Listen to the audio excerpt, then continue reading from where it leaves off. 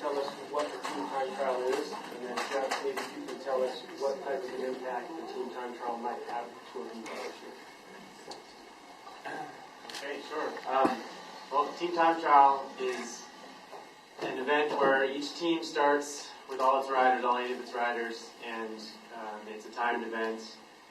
And you rotate through to share the wind in the front, and it's really a beautiful type of cycling. It's really an art form. I mean, for me, an individual time trial is all about focusing on your own efforts, and it's kind of ugly. Well, for my time trials are ugly, slobbering over my bike. But team time trial is beautiful. I mean, it's all the riders rotating through. It's really going to be a spectacular event for the spectators, and at the Miller Motorsports venue, it's really going to be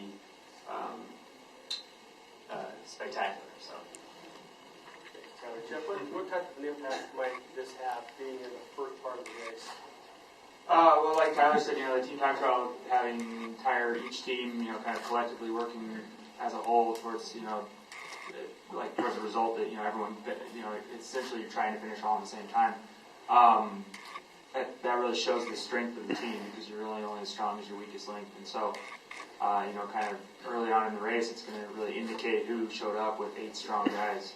And so that's something that, most stage races, you kind of can, at the end of the race, you can look and say, hey, look at everyone, this team was obviously the strongest, but coming in second stage like that, it'll really indicate who showed up with the strength and the depth to, win the entire race, because you can have the best, the strongest guy in the race, and if your team, the other 7 can't, kind of perform, you're not going to finish on, well up there, and you could lose, in a good group, and fake your way through the climbing day. But that stage, there's no hiding. I mean, all the cars are out on the table.